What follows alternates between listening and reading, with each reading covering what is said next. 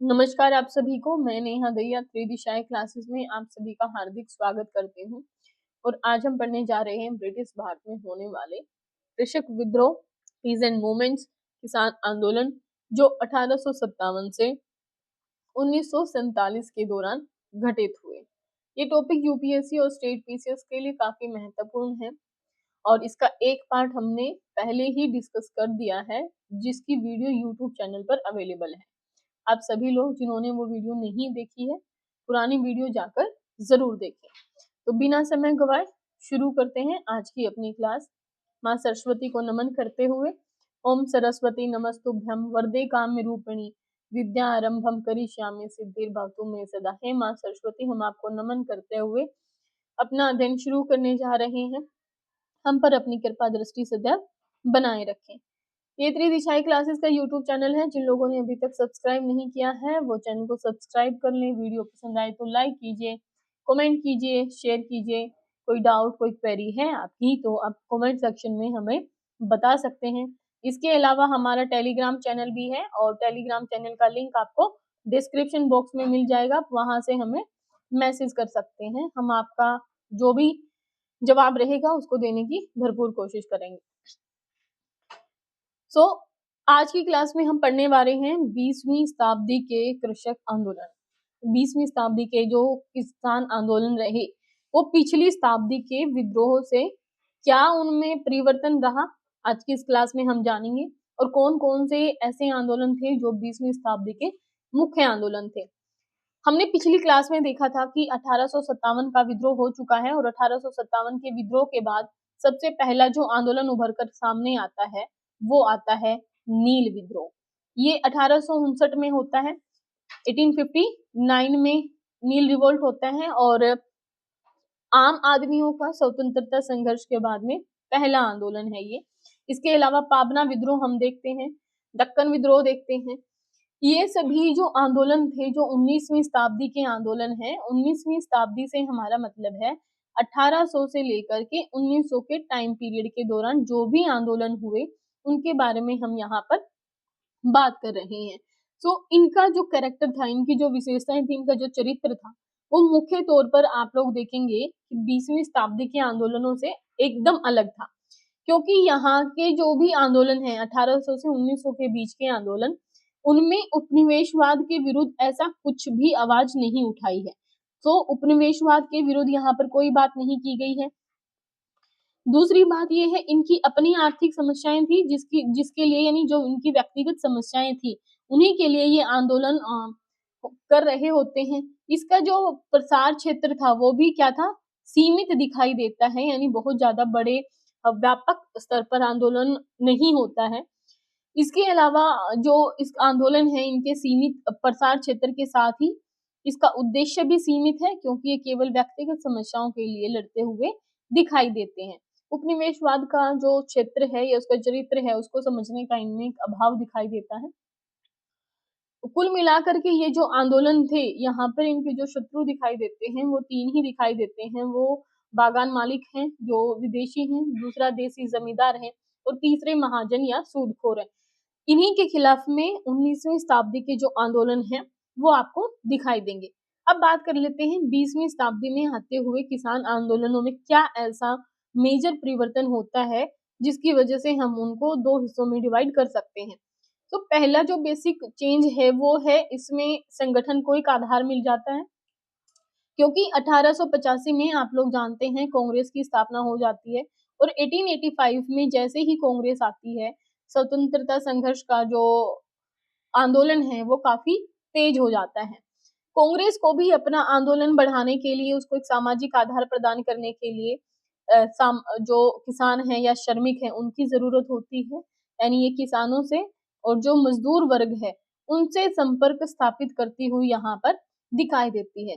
इसके बदले में जो किसान हैं वो भी राष्ट्रीय आंदोलन से जुड़ने के लाभों को देख करके तन मन धन से उसे समर्थन देना शुरू कर देते हैं। तो यहाँ के जो आंदोलन रहेंगे वो क्या रहेंगे, व्यापक आप लोगों को दिखाई देंगे पिछले आंदोलनों की बजाय। दूसरा, काफी प्रभावी रहेंगे।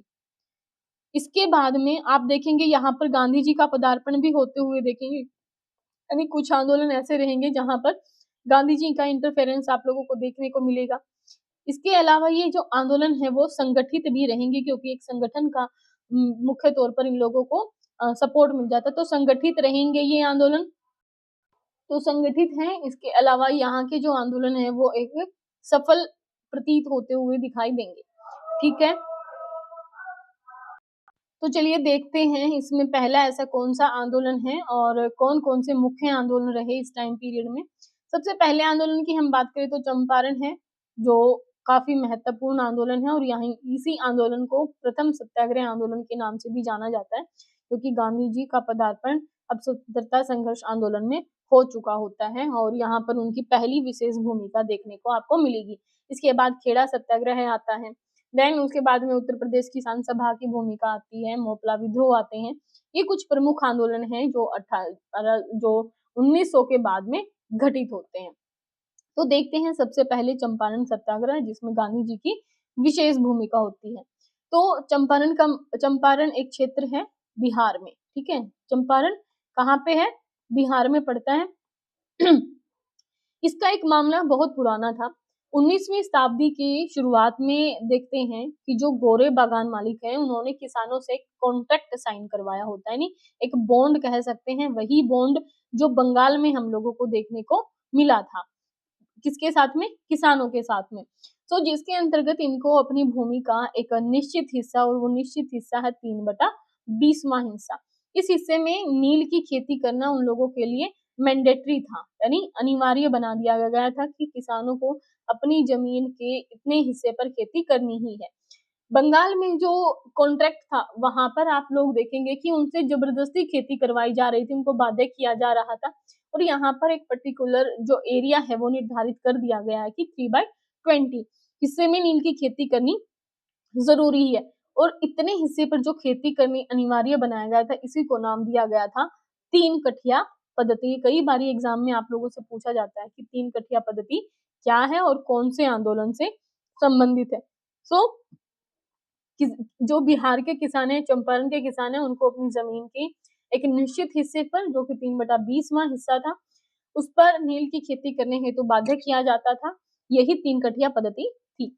19वीं शताब्दी के अंत में जर्मनी में जो रासायनिक रंग है यानी डाई है, उसका डेवलपमेंट होना शुरू हो जाता है, जिसकी वजह से जो नील का बाजार है, क्योंकि यहाँ पर नेचुरल फार्मिंग की जा रही थी, अब उसकी जगह पे जो केमिकल आते हैं यानी रासायनिक रंग हैं उनका विकास हो जाता है, जिसकी वजह से जो ये नील है इसकी डिमांड मार्केट में कम होनी शुरू हो जाती है। अब जब नील के बाजार की कमी आ जाती है तो धीरे धीरे जो नील का बाजार है वो खत्म हो जाता है, जिसके कारण चंपारण के जो बागान मालिक है वो नील की खेती भी बंद करने को विवश हो जाते हैं। और ये कॉन्ट्रैक्ट जिसके साथ में किया जाता है वो आप लोगों को पता ही है, वो अंग्रेज बागान मालिक होते थे, यानी गोरे बागान मालिक है। अब क्योंकि नील की डिमांड है वो डिमांड हो गई है काफी कम, जिसकी वजह से ये जो बागान मालिक है वो भी मजबूर है खेती करने के लिए, मतलब खेती को बंद करने के लिए। और दूसरी तरफ में जो किसान है वो भी मजबूरन नील की खेती से छुटकारा पाना चाहते थे। लेकिन जो परिस्थितियां हैं उनको देख करके भी गोरे लोग ज्यादा फायदा उठाना चाहते हैं और वो किसानों की इस व्यवस्था का फायदा भरपूर उठाते भी हैं। और उनको कहते हैं कि जो लोग भी इस कॉन्ट्रैक्ट से हटना चाहते हैं वो दूसरी फसलों की खेती करने के लिए किसानों को जो बॉन्ड साइन कर रखा है उसको अनुबंध से मुक्त करने की एवज में कुछ लगान या अन्य कर देने पड़ेंगे। और ये जो टैक्स हैं या जो लगान है वो उनकी जो दरें हैं वो काफी बढ़ा देते हैं, जिसकी वजह से ये आंदोलन है वो काफी उग्र हो जाता है और जो किसान हैं वो विद्रोह करने पर मजबूर हो जाते हैं। उम्मीद है इतना आप लोगों को समझ में आया होगा इसकी जो भूमिका है। और जब किसान उग्र हो रहे हैं और आंदोलन बड़े तौर पर बढ़ रहा है, इसी बीच में राजकुमार शुक्ल जी लखनऊ अधिवेशन के टाइम पर जाते हैं और गांधी जी से मुलाकात करते हैं, उनको कहते हैं कि आप आइए और जो यहाँ के जो किसान हैं उनकी मदद कीजिए। ठीक है, तो यहाँ पर इसको डिटेल में एक बारी जो राइटिंग की लैंग्वेज है उसमें समझते हैं। तो चंपारण बिहार के किसानों से अंग्रेज बागान मालिकों ने करार कर रखा है और जिसके अंतर्गत किसानों को अपने कृषि जन्य जो क्षेत्र है उसका 3/20वें भाग पर नील की खेती करनी होती है, जिसे 3 कठिया पत्ती के नाम से जाना जाता है। 19वीं सदी के अंतिम दिनों में रासायनिक रंगों की खोज और उसके प्रचलन से नील के बाजार में गिरावट आने लगी, जिससे जो नील बागान मालिक हैं वो चंपारण क्षेत्र के अपने नील कारखाने बंद करने लग जाते हैं।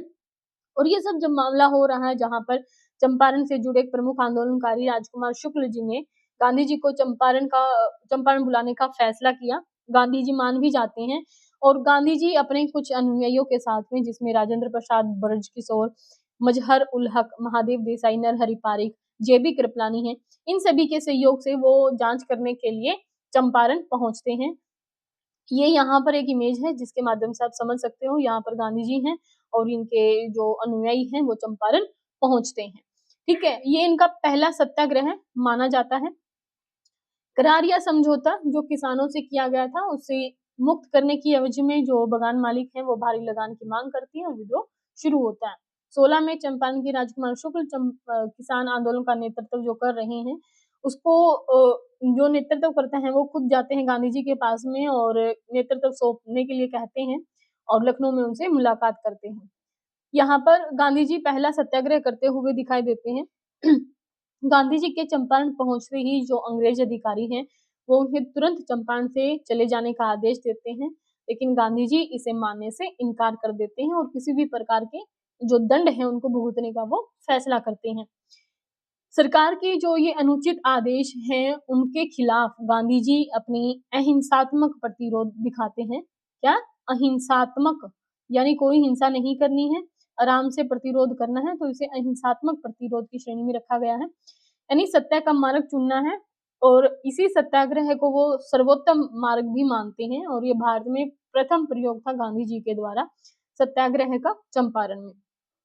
सत्याग्रह का शाब्दिक शब्दों में अगर अर्थ समझें तो सत्य को मानकर किसी वस्तु के लिए आग्रह करना। ठीक है, गांधी जी की दृढ़ता के सामने जो सरकार है वो मजबूर हो जाती है और उन्होंने जो वहां का स्थानीय प्रशासन था उनको आदेश देते हैं और कहते हैं कि जो ये नियम लागू किए गए हैं उसको, जो आदेश आपने दिए हैं कि लगानों में जो वृद्धि की गई है उसको वापस ले लें, और जो आदेश है उनको वापस लेने पर सरकार मजबूर हो जाती है और गांधी जी को चंपारण के जितने भी गांव हैं जहां पर वो यात्रा कर रहे होते हैं जांच करने के लिए, उनमें जाने की छूट दे देती है। और इसी बीच में सरकार सारे मामले की जांच करने के लिए एक आयोग भी गठित करती है और उस आयोग के जो सदस्य होते हैं उनमें गांधी जी भी एक सदस्य होते हैं। गांधी जी आयोग को ये समझाने में सफल हो जाते हैं कि ये जो प्रथा है 3 कठिया पद्धति, इसको समाप्त किया जाना चाहिए और वो ये भी समझाते हैं कि जो किसानों से पैसा लिया जा रहा है वो बहुत ही अवैध तरीके से लिया जा रहा है, जिसकी एवज में किसानों को हर्जाना भी दिया जाना चाहिए। बाद में एक और समझौते के बाद में जो गोरे बगान मालिक हैं जो अवैध वसूली कर रहे थे उसका लगभग 25% हिस्सा लौटाने को मजबूर हो जाते हैं, यानी उनको कहा जाता है कि आप 25% हिस्सा किसानों को लौटा दीजिए और वो इस पर राजी भी हो जाते हैं और इसके 1 दशक के भीतर ही बागान मालिक जो थे, जो गोरे अंग्रेज थे, वो चंपारण को छोड़ देते हैं। और इस प्रकार से आप देखेंगे कि गांधी जी ने भारत में सविनय अवज्ञा आंदोलन का जो पहला संघर्ष था वो यहाँ पर जीतते हुए दिखाई देते हैं। यहाँ पर जो इस समस्या की जांच में गांधी जी के साथ में जो लोग शामिल होते हैं उसमें राजेंद्र प्रसाद, ब्रज किशोर, महादेव देसाई, नरहरि पारिक, जेबी कृपलानी, सी.एफ. एंड्रूज और doctor Anugrah Narayan, SS. Pollock, ये सभी इनके प्रमुख सहयोगी थे। इसके अलावा 2-3 नाम और हैं जिसमें रामनवमी प्रसाद और शंभू करण वर्मा भी शामिल थे। उम्मीद है चंपारण सत्याग्रह आप लोगों को समझ में आया होगा। कुछ और महत्वपूर्ण पॉइंट हैं जो चंपारण सत्याग्रह से जुड़े हुए हैं, वो भी आप लोग एक बार देख लीजिए। ब्रज किशोर प्रसाद जी को गांधी जी ने बिहार के सेवा जीवन का प्राण कहकर पुकारा है। इन्हें ब्रज किशोर प्रसाद जी को गांधी जी ने। इसके अलावा जो आयोग एक गठित किया जाता है उस आयोग की अध्यक्षता करते हैं फ्रैंक स्लाई। ठीक है, सो चंपारण आंदोलन में गांधी जी के नेतृत्व में किसानों की एकजुटता को देखते हुए जो तत्कालीन बिहार का गवर्नर है एडवर्ड गेट, वो सर फ्रैंक स्लाई के नेतृत्व में जुलाई 1917 में जांच के लिए एक आयोग स्थापित करते हैं और उस आयोग के सदस्यों में गांधी जी भी शामिल होते हैं, जो हमने आपको अभी बताया। और इसी आंदोलन के दौरान, चंपारण सत्याग्रह के दौरान ही गांधी जी का जो सफल नेतृत्व है उससे प्रभावित होकर रविंद्रनाथ टैगोर जी उन्हें महात्मा की उपाधि से सुशोभित करते हैं। ये क्वेश्चन कई बार स्टेट पीसीएस में पूछा जाता है कि महात्मा गांधी जी को महात्मा की उपाधि किसने दी थी? सो रविंद्रनाथ टैगोर जी ने। और कब दी थी? चंपारण सत्याग्रह के दौरान, जब वो सफल सत्याग्रह करते हैं।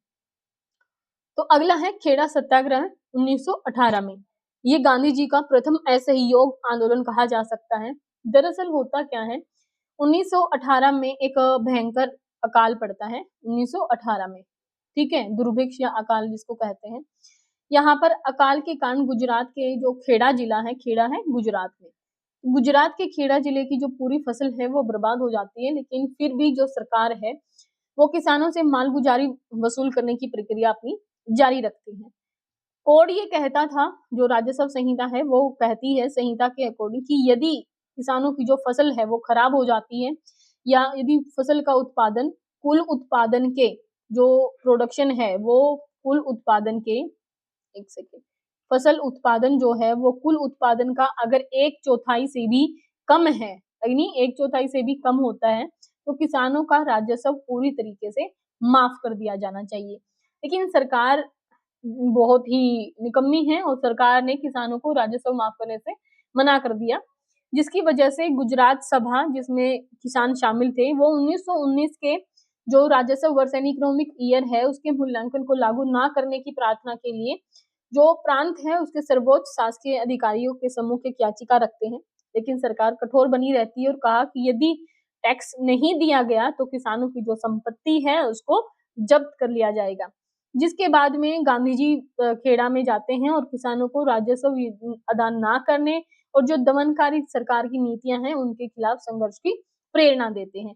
यहाँ पर वल्लभ भाई पटेल जो हैं वो आपको गांधी जी के साथ में दिखाई देंगे। इसके अलावा इंदुलाल याज्ञिक और कई अन्य सारे युवा हैं जो गांधी जी के साथ में खेड़ा का दौरा करते हैं। किसानों को लगान ना देने की शपथ दिलवाई जाती है और इस तरीके से ये आंदोलन शुरू होता है। तो देखते हैं इसकी डिटेल क्या है। गुजरात के खेड़ा जिले के किसानों ने सरकार के विरुद्ध जो बढ़ी हुई लगान की दरें हैं उनको लगान की वसूली के खिलाफ गांधी जी के नेतृत्व में आंदोलन किया। 1917 से 18 में फसल खराब होने के बाद भी खेड़ा के किसानों से लगानों की जो वसूली है वो की जा रही है। यहाँ के जो कुनबी पाटीदार किसान हैं उन्होंने सरकार से लगान में राहत की मांग की, लेकिन कोई भी रियायत उनको नहीं मिली। खेड़ा के जो किसान हैं उनका सहयोग गांधी जी ने इंदुलाल याग्निक और वल्लभ भाई पटेल, शंकरलाल बैंकर, अनुसुईयाबेन, महादेव देसाई इन लोगों के साथ किया और उन्होंने किसानों को लगान ना अदा करने का भी सुझाव दिया। यहाँ पर खेड़ा सत्याग्रह की आप इमेज देख सकते हो, जहां पर किसानों से मिलते हैं। गांधी जी एक घोषणा भी करते हैं कि यदि सरकार गरीब किसानों का लगान माफ कर देती है तो जो लगान देने में सक्षम किसान हैं वो अपनी इच्छा से अपना लगान अदा कर देंगे। दूसरी ओर सरकार क्या करती है, वो लगान वसूलने के लिए दमन का सहारा लेती है और कई स्थानों पर जो किसानों की संपत्तियां हैं उनको जब्त कर लिया जाता है। उनके जो मवेशी हैं या जानवर हैं उनको भी जब्त कर लिया जाता है। लास्ट में इनसे गांधी जी से प्रभावित होकर या जो आंदोलन की विवशता है उससे विवश होकर जो सरकार है वो किसानों के साथ एक समझौता करती है और उसने 1 वर्ष के लिए जो वहां का टैक्स है वो माफ कर देती है और आने वाले जितने भी साल हैं उनमें कर की दरों में कमी करती है और जो जमीन या जो मवेशी किसानों की जो भी संपत्ति है वो जब्त की होती है उसको वापस लौटा दिया जाता है। सो पटेल उन्हीं अनेक नौजवानों में से एक थे जो खेड़ा के किसान संघर्ष के दौरान गांधी जी के अनुयायी बनते हैं। लगान ना अदा करने का जो पहला नारा है वो खेड़ा के कापड़गंज इलाके में एक स्थानीय नेता थे मोहनलाल पांड्या, वो देते हैं। तो लगान ना अदा करने का नारा सबसे पहले दिया मोहनलाल पांड्या ने। गांधी जी ने खेड़ा आंदोलन की बागडोर 22 मार्च 1918 को संभाली। गांधी जी के सत्याग्रह के आगे लाचार सरकार इसे आशा का गोपनीय दस्तावेज जारी करती है कि लगान उसी से वसूल किया जाए जो देने में समर्थ हो और गांधी जी के नेतृत्व में आंदोलन सफल रहा। खेड़ा में ही गांधी जी ने अपने प्रथम वास्तविक किसान सत्याग्रह की शुरुआत की। इसे प्रथम असहयोग भी कहा जाता है। यहाँ पर किसान जागरूक होते हैं कि जब तक उनका देश संपूर्ण आजादी प्राप्त नहीं कर लेता है वे अन्याय और शोषण से मुक्त नहीं हो सकते हैं। उम्मीद है इतना आप लोगों को समझ में आया होगा। नेक्स्ट हम बात करते हैं किसान सभा आंदोलनों की। तो किसान सभा आंदोलन मुख्य तौर पर जो उत्तर प्रदेश का एरिया है यहाँ पर देखने को मिलेगी, यानी अवध का जो क्षेत्र है वहां पर किसान सभा आंदोलन आप लोगों को देखने को मिलेगा। होता क्या है कि 1857 के विद्रोह के बाद जो अवध के तालुकदार हैं या जो भी जमींदार हैं अवध के, उनको उनकी जमींदारी या तालुकदारी जो है वो वापस कर दी जाती है। इससे प्रांतों में जो तालुकदार हैं उनका कृषि व्यवस्था पर एक नियंत्रण स्थापित हो जाता है। तालुकदार या फिर जमींदार इनको कहा जा सकता है। तो अवध में इन जमींदारों का नियंत्रण स्थापित हो जाता है और इन कृषकों का जो एक बहुत बड़ा वर्ग है वो इनके मनमाने जो अत्याचार है उनसे पीड़ित होता है। इनके अत्याचार में क्या है, आप लोगों को मैंने पहली ही क्लास में समझाया था कि ये जो बंगाल, बिहार, उड़ीसा ये वाली जो बेल्ट है आप लोग यहाँ पर देखेंगे, तो बंगाल, बिहार, उड़ीसा की बेल्ट में आप लोगों को देखने को मिलेगा कि यहाँ पर जो है वो जमींदारी प्रथा है, यानी स्थायी बंदोबस्त की व्यवस्था है, इसको जमींदारी प्रथा के नाम से भी जाना जाता है। यहाँ पर जो जमींदार हैं वो एक बिचौलिए की भूमिका है। तो जमींदार यहाँ पर किसकी भूमिका में है? बिचौलिया हैं।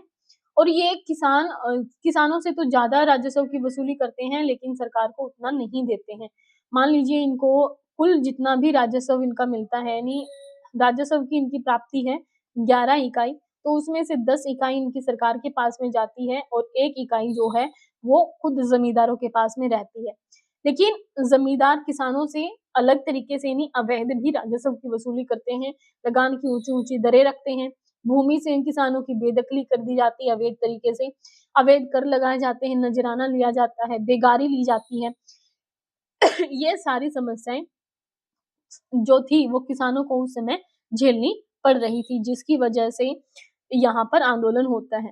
और इसी बीच में एक और महत्वपूर्ण घटना घटित होती है कि 1914 से 18 के बाद में 1914 से 18 के बाद में 1914 से 18 मतलब प्रथम विश्व युद्ध की यहाँ पर बात हो रही है। तो प्रथम विश्व युद्ध के बाद में जो अनाज की कीमतें हैं और जो आवश्यक जरूरी सामान है उसकी कीमतों में वृद्धि होती है, जो किसानों की पहुंच से दूर हो जाती है और किसानों की जो स्थिति है वो भयंकर तरीके से दयनीय हो जाती है, जिसकी वजह से भी यहाँ पर आंदोलन होता है।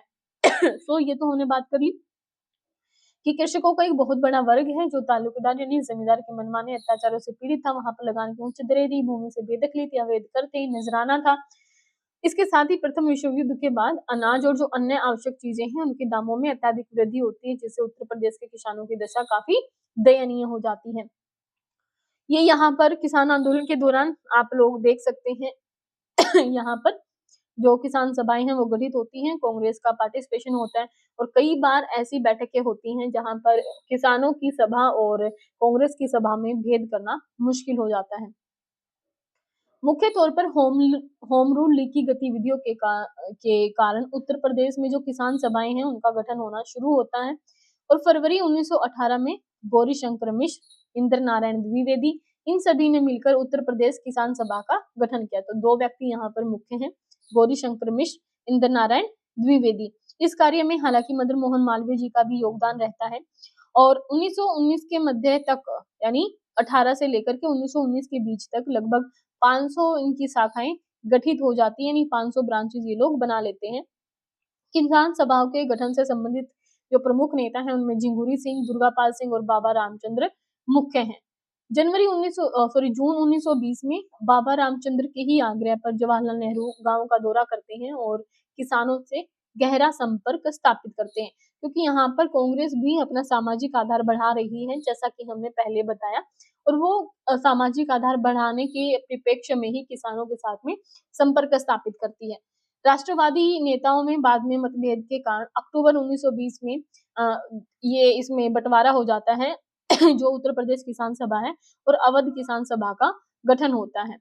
ये बेदखल जमीन जोतने और बेगार ना करने की अपील करते हैं।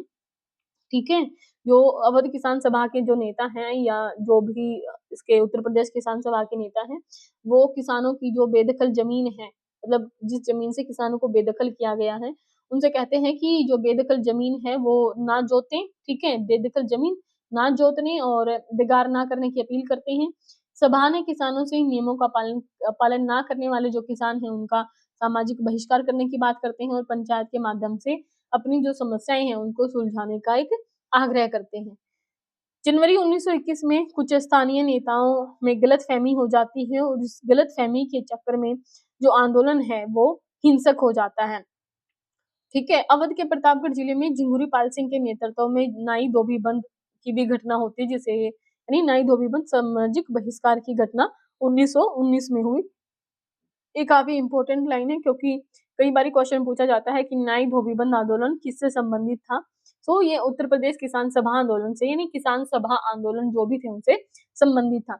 इसमें जो बाबा रामचंद्र है वो सन्यासी का रूप धारण करके किसानों को जागृत करते हैं, संगठित करते थे और इस दौरान वो रामचरितमानस का भी पाठ करते थे लोगों को समझाने के लिए।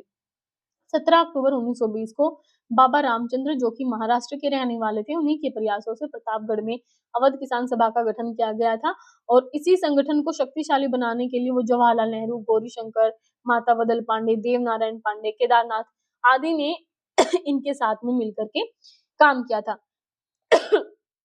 लेकिन ये आंदोलन जो है वो हिंसक हो जाता है गलतफहमी की वजह से और जनवरी 1921 में, जिसमें इनकी जो गतिविधियां हैं वो मुख्यतः रहती हैं रायबरेली, फैजाबाद और सुल्तानपुर में रहती हैं। इस दौरान जो किसान हैं वो बाजार, घर या अनाज की जो दुकानें हैं उन पर धावा बोलते हैं, उन्हें लूटते हैं। पुलिस के साथ में भी कुछ हिंसक झड़पें होती हैं। धीरे धीरे जब ये आंदोलन हिंसक हो रहा है तो सरकार दमन करने के लिए आती है और इसी बीच में एक अवध मालगुजारी रेंट अधिनियम पारित हो जाता है और फिर ये आंदोलन समाप्त हो जाता है मार्च 1921 तक। उम्मीद है अवध किसान सभा और उत्तर प्रदेश किसान सभा आप लोगों को समझ में आ गई होगी। मुख्य तौर पर जो एग्जाम में पूछे जाते हैं वो पूछे जाते हैं, एक तो इनके प्रमुख केंद्र कहाँ कहाँ हैं और उत्तर प्रदेश किसान सभा में जो मुख्य नेता हैं वो कौन कौन से थे। गौरीशंकर मिश्र, इंद्र नारायण द्विवेदी जो उत्तर प्रदेश किसान सभा से संबंधित थे और अवध किसान सभा जो अक्टूबर 1920 में स्थापित होती है उससे संबंधित नेताओं में आप जो देखते हैं जिसमें बाबा रामचंद्र सिंह मुख्य हैं। इसके अलावा उत्तर प्रदेश किसान सभा के जो प्रमुख नेता हैं उनमें झिंगुरी सिंह, दुर्गा पाल सिंह और बाबा रामचंद्र का भी नाम आता है। और बाबा रामचंद्र जो कि अवध किसान सभा के गठन में भूमिका निभाते हैं, उनके साथ में सहयोग करने वाले हैं जवाहरलाल नेहरू, गौरीशंकर, माता बदल पांडे और देव नारायण पांडे। इसके अलावा केदारनाथ आदि लोग भी इसमें शामिल हैं। जो क्षेत्र हैं वो इनके हमने बात किया कि मुख्य तौर पर रायबरेली, फैजाबाद और सुल्तानपुर इनकी गतिविधियों के प्रमुख केंद्र रहते हैं। नेक्स्ट हम बात करते हैं एका आंदोलन। ठीक है, ये काफी महत्वपूर्ण आंदोलन है। दरअसल एका आंदोलन और अवध किसान सभा आंदोलन ये एक ही क्षेत्र में चल रहे आंदोलन हैं। जैसे कि ये यहाँ पे अगर आप लोग देखेंगे तो उत्तर प्रदेश का जो ये क्षेत्र है, माफ करना मैं सही मैप बना नहीं पाई हूँ। ठीक है, तो यहाँ पर आप लोग देखेंगे, थोड़ा रफ बना रही हूँ। ठीक है, तो ये वाला जो क्षेत्र है, यूपी वाला जो बेल्ट है यानी अवध वाला जो क्षेत्र है, मुख्य तौर पर इसी एरिया में अवध किसान सभा, उत्तर प्रदेश किसान सभा और एका आंदोलन आप लोगों को देखने को मिलेगा। तो 1921 के अंत में उत्तर प्रदेश के जो उत्तरी जिले हैं जिसमें हरदोई, बहराइच, सीतापुर, ये सभी मुख्य तौर पर आते हैं। हरदोई, बहराइच और सीतापुर, इनमें किसान फिर से इकट्ठे होते हैं और फिर से पुनः संगठित होकर के अपने आंदोलन पर उतर आते हैं। आंदोलन इनका मुख्य तौर पर किन किन बातों को लेकर था। एक तो रहेगी सबसे जो मेन जो कोर समस्या है वो है लगान की ऊंची दरें। इसके अलावा राजस्व के लिए जो वसूली के जो तरीके हैं, जो दमनकारी नीतियां उनके खिलाफ, और तीसरा रहेगा बेगारी प्रथा के खिलाफ में। तो 1921 के अंत में उत्तर प्रदेश के जो किसान हैं वो हरदोई, बहराइच, सीतापुर में फिर से इकट्ठे होते हैं और आंदोलन पर उतर आते हैं। मुख्य नेतृत्व यहाँ पर जो करने वाले हैं वो एक तो निचले तबके के किसान हैं, मदारी पासी है मुख्य नेतृत्वकर्ता, और अन्य जो पिछड़ी जातियों के किसान हैं या कई छोटे जमींदार हैं वो इसमें भूमिका निभाते हैं। मुद्दे कौन कौन से थे, तो लगान की ऊंची दरें जिसमें लगभग 50% से भी अधिक की लगान की दरें थी, राजस्व वसूली के कार्यों में जमींदारों के द्वारा अपनाई गई दमनकारी नीतियां और बेगारी प्रथा। इन 3 मुद्दों को लेकर के मुख्य तौर पर आंदोलन होता है। इस एकता या एका आंदोलन में प्रतीकात्मक रूप से जो धार्मिक रीति रिवाज हैं उनका पालन किया जाता है और जो एकत्रित किसान है उनको शपथ दिलवाई जाती है। शपथ क्या होती है? शपथ होती है कि केवल उचित लगान ही अदा करेंगे और लगान अदायगी में समय से पालन करेंगे। यदि उन्हें भूमि से बेदखल किया जाएगा तो भी वो अपनी भूमि नहीं छोड़ेंगे, बेगारी करने से इनकार कर देंगे, अपराधियों से संबंध नहीं रखेंगे और जो भी पंचायत के निर्णय रहेंगे वही निर्णय स्वीकार करेंगे। ये इनका मुख्य शपथ थी और ये मार्च 1922 तक सरकार के दमन के सहारा लेने के बाद में खत्म हो जाता है, समाप्त हो जाता है। नेक्स्ट है मोपला विद्रोह। मोपला विद्रोह मुख्य तौर पर 2 बार घटित हुआ। दरअसल मोपला विद्रोह केरल का जो मालाबार तट है वहां पर होता है। मोपला मुख्य तौर पर मुस्लिम किसान थे और यही आंदोलन करते हैं। तो मोपला केरल के मालाबार तट के मुस्लिम किसान थे और जमींदारी के अधिकार मुख्य तौर पर वहां के जो हिंदू जमींदार थे उनके हाथों में होता है। 19वीं सदी में 1836 से लेकर के 54 के बीच में मोपलाओं के लगभग 22 विद्रोह होते हैं जो मुख्यतः दक्षिणी मालाबार के इन्नाडु और वलनाडु तालुकों में होता है। पहले भी मैंने जो पुरानी वीडियोस में बताया था कि मोपला विद्रोह 2 बारी घटित होते हैं, एक बारी 19वीं शताब्दी में और दूसरी बार जो होते हैं वो 20वीं शताब्दी में होते हैं। ठीक है, तो एक बारी 19वीं शताब्दी में और दूसरी बार 20वीं शताब्दी में देखने को मिलेंगे। 1836 से 54 के बीच इन्नाडु और वलनाडु तालुकों में होते हैं लगभग 22 विद्रोह। दूसरी बार जो मोपला विद्रोह होता है वो 1921 ईस्वी में होता है, जिसके जो कारण है वो कृषिजन्य जिसके जो कारण है वो कारणों में कृषिजन्य असंतोष था। 19वीं शताब्दी में जमींदारों के अत्याचारों से पीड़ित होकर मोपलाओं ने कई बार विद्रोह किए थे, जिसके जो प्रमुख कारण थे उनमें लगान की ऊंची दरें, नजराना और अन्य दमनकारी तौर तरीके थे। सभी आंदोलनों का जो कोर सेक्टर है वो 3 ही रहेंगे जो मैंने आपको बताया जिसमें या तो लगान की ऊंची दरें दिखाई देंगी, बेगारी प्रथा दिखाई देगी, अवैध जो कर दिखाई देंगे, भूमि से बेदखली और नजराना। ये मुख्य तौर पर जो समस्याएं हैं वो हर जगह आप लोगों को देखने को मिलेंगी। लेकिन इस बार का जो मोपला विद्रोह था वो थोड़ा अलग था क्योंकि अब इस आंदोलन को राष्ट्रवादी आंदोलन के साथ में स्थापित हो गया था। ये आंदोलन खिलाफत आंदोलन ने किसानों की मांगों का भरपूर समर्थन किया था और बदले में जो किसान हैं वो भी अपनी पूरी शक्ति लगा देते हैं आंदोलन में भाग लेने में। यहाँ पर भी अवध के समान ही किसानों की जो बैठक है और खिलाफत की बैठक में जो डिफरेंस कर पाना है वो थोड़ा मुश्किल हो जाता है। ये इस आंदोलन से संबंधित एक तस्वीर है क्योंकि आंदोलन बाद में जाकर के हिंसक हो जाता है, जिसके तौर पर किसान जो हैं जो मुख्य तौर पर मुस्लिम ही हैं, हालांकि उनकी बहुत बड़ी संख्या में गिरफ्तारियां होती हैं। खिलाफत आंदोलन ने किसानों की मांगों का समर्थन किया, जिसमें गांधी जी, शौकत अली, मौलाना आजाद इन सभी राष्ट्रीय नेताओं ने भी इन क्षेत्रों का दौरा किया और दौरा करने से उन क्षेत्रों में काफी सक्रियता ला दी थी। सरकार ने फरवरी 1921 में निषेधाज्ञा लागू कर देती है और खिलाफत के साथ में किसानों की जो सभाएं चल रही हैं उन पर रोक लगा देती है और इसके सभी जो प्रमुख नेता हैं उनको गिरफ्तार कर लिया जाता है। परिणाम ये होता है कि आंदोलन का नेतृत्व स्थानीय मोपलाओं के हाथों में आ जाता है। यानी जब निषेधाज्ञा लागू होती है फरवरी 1921 में और जो मुख्य नेता हैं उनको गिरफ्तार कर लिया जाता है, तो नेतृत्वहीन होने के कारण से जो अब आंदोलन का नेतृत्व है वो स्थानीय मोपला नेताओं के हाथों में आ जाता है और आंदोलन हिंसक रूप धारण कर लेता है। इस हिंसक चरण की शुरुआत हम देखेंगे 20 अगस्त 1921 को। खिलाफत के एक प्रमुख नेता हैं जिनका नाम है मुदलियार, और मुदलियार की गिरफ्तारी के लिए जब सेना मस्जिद में प्रवेश करती है तो ये आंदोलन जो है वो काफी व्यापक तौर पर फैल जाता है क्योंकि इसे मोपलाओं ने अपने धर्म का अपमान समझा था। विद्रोह का जो पहला चरण है उसमें देखते हैं कि बदनाम जो जमींदार हैं उन्हीं को मुख्य तौर पर निशाना बनाया जाता है और लेकिन जो उदार जमींदार हैं उनको और हिंदुओं को इन्होंने परेशान नहीं किया है। तो पहले चरण जो है उसमें बदनाम जमींदार निशाने पर है। इसके लिए जो नेता हैं उनको विद्रोहियों के द्वारा विशेष हिदायत दी जाती थी कि जो उदार जमींदार हैं, लिबरल किस्म के जो जमींदार हैं, तालुकेदार हैं या हिंदू हैं, उनको परेशान नहीं करना है।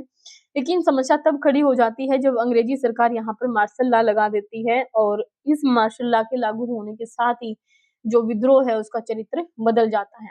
सरकार ने तमाम हिंदुओं को जबरदस्ती अपना समर्थन देने के लिए कहा, और क्योंकि यहाँ पर हिंदू मुस्लिम हो जाता है तो आंदोलन सांप्रदायिक हो जाता है यहाँ।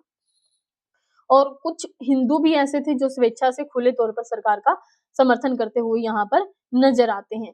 इसने विद्रोह को एक हिंदू विरोधी स्वरूप दे दिया और बड़े पैमाने पर हिंदुओं की हत्याएं होती हैं और धर्म परिवर्तन की घटनाएं होती हैं। विद्रोह के हिंसक रूप लेने के साथ ही जो राष्ट्रवादी नेता हैं वो आंदोलन से अलग हो जाते हैं, क्योंकि अब आंदोलन क्या हो गया, हिंसक हो गया, और हिंसक होते ही राष्ट्रवादी नेता आंदोलन से अलग हो जाते हैं और सांप्रदायिक रूप लेने से भी वो आंदोलन अलग थलग पड़ जाता है और दिसंबर 1921 तक सरकार इस आंदोलन को पूरी तरह से दमन कर देती है। उम्मीद है इतना आप लोगों को समझ में आया होगा। नेक्स्ट हम बात करते हैं बारदोली सत्याग्रह की। बारदोली सत्याग्रह जनवरी 1920 में जो स्थानीय प्रशासन है वो भू राजस्व के दरों में वृद्धि कर देते हैं और ये वृद्धि होती है लगभग 30% की वृद्धि होती है। यहाँ के जो कांग्रेस नेता हैं उनके नेतृत्व में स्थानीय लोगों ने इस वृद्धि का तीव्र विरोध किया। गंभीरता को देखते हुए बारदोली कहाँ पर है, गुजरात में, इस बात का आपको ध्यान रखना, बारदोली है गुजरात, गुजरात में, ठीक है।